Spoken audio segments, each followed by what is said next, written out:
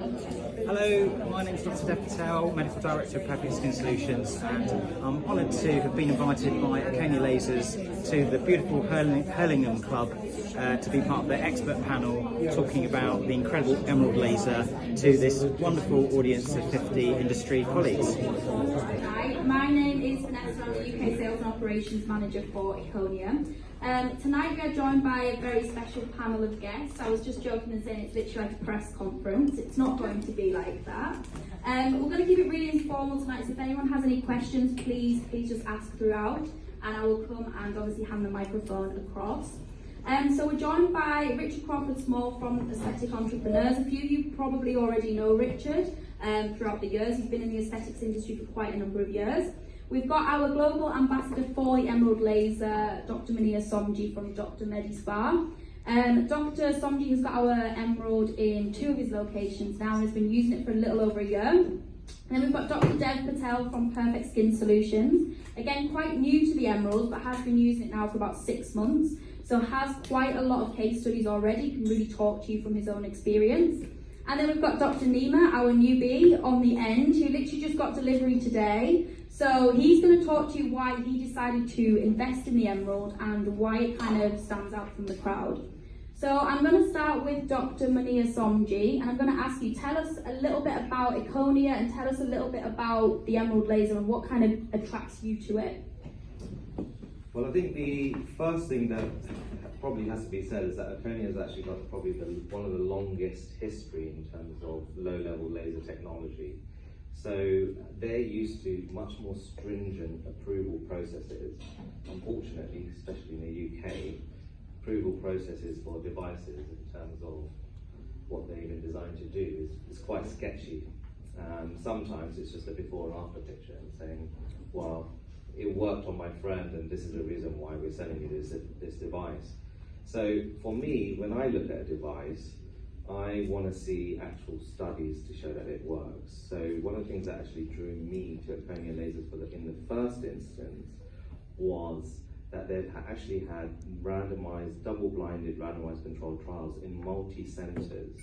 And specifically, when you're looking at any form of body composition device, you want to look at the inclusion criteria and exclusion criteria. And one of the most important things in those studies for FDA approval were that diet was controlled. So they did, essentially, patients did not change their diet during the process. So they didn't go on a diet, they acted as specifically as per normal. No extra exercise was required from the participants.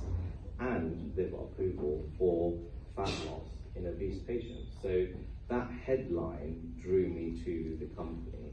And then when I looked at their history in pain lasers, and specifically looking at their distribution throughout the world, I was kind of shocked why it actually hadn't been adopted in the UK earlier. So that's the first test, because I get messages every day by this device, and I normally ignore them, hence my mailbox has many unread messages. But once I read those studies, landmark studies, which I encourage all of you to read, I then wanted to see the device for myself. And I actually tried 4 sessions, 2 sessions a week, in 2 weeks. And You wasn't in good shape. I wasn't, yeah. You know, I was borrowing clothes from Dev because they're the only ones that fit me.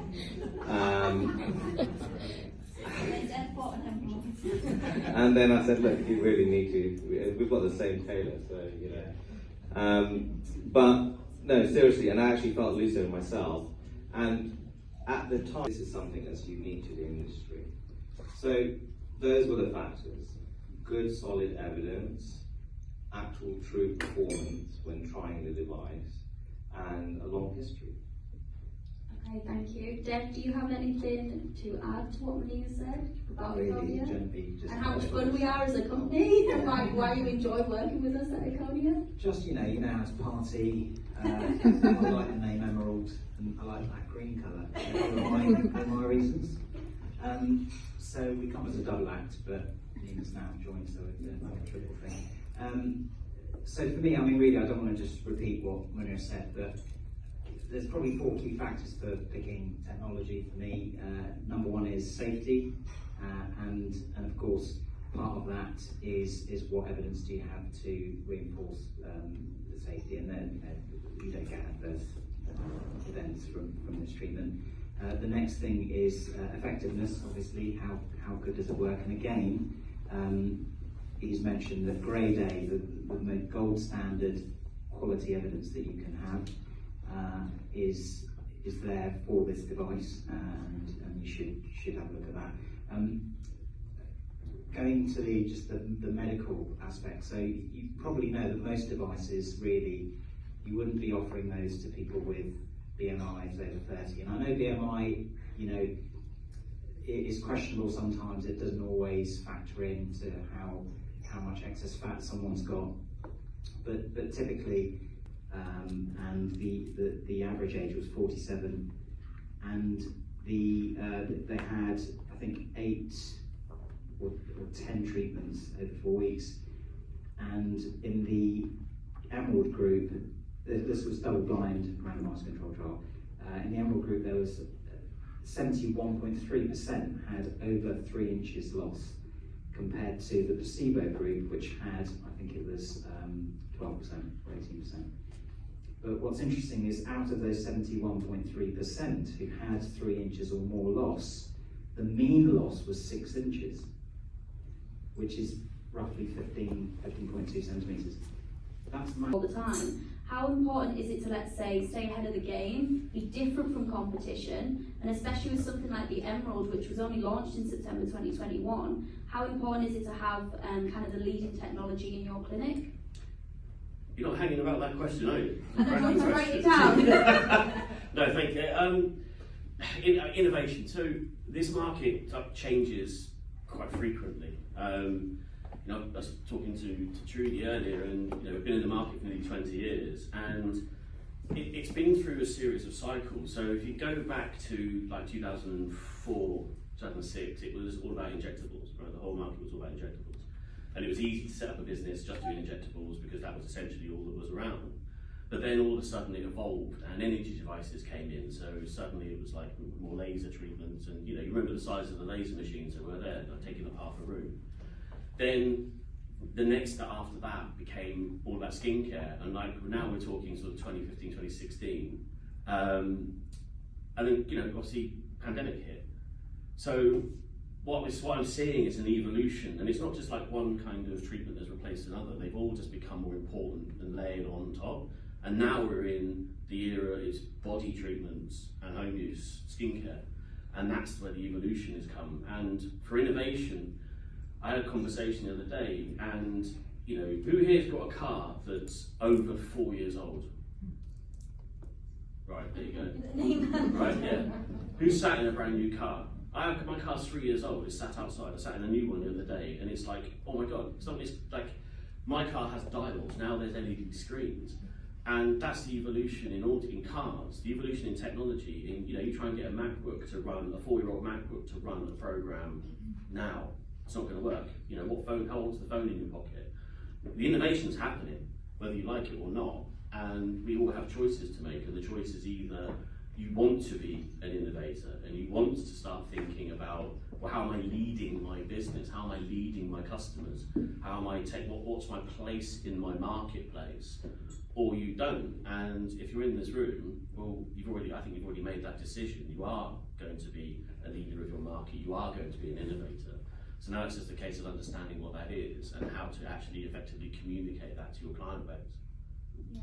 Okay, thank you. Actually, these were your words in a message to me, and I got it from Daria in Holland as well.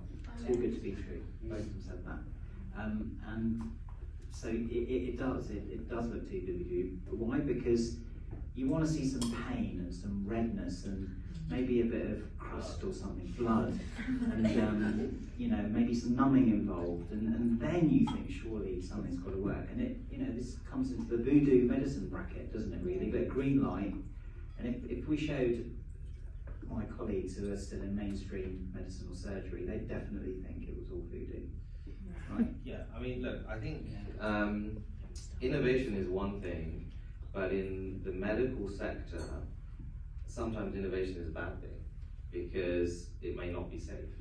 So we've established that the treatment is safe, But this is an evolution of a technology that was first coined for this specific use in 2001. So the original study looking at Neuro-Tau in 2000 actually exhibited the effects of 532 nanometer low-level laser on adipocytes, showing essentially loss of fat within those cells. And that's been there. So this is something that's been researched and refined over 19 years. So it's not something new. The technology is not something new. It's just the fact that in this specific medical sector, within aesthetic medicine, we've unfortunately been sold devices on the basis of how much they're paying for PR and how much they're paying for marketing, rather than whether the device actually works or not. And it's there for everyone to see, the public to see, those studies, and that's what you should look to, because if you're a physician, you should look at the medical research. But I do have a very strong advertising company on board. So on certain treatments, for example, let's say radiofrequency microneedling, we had 10 times the return on investment. So let's say you invest £2,000 into running ads, you can potentially get £20,000 back. And that's what we're planning on doing with the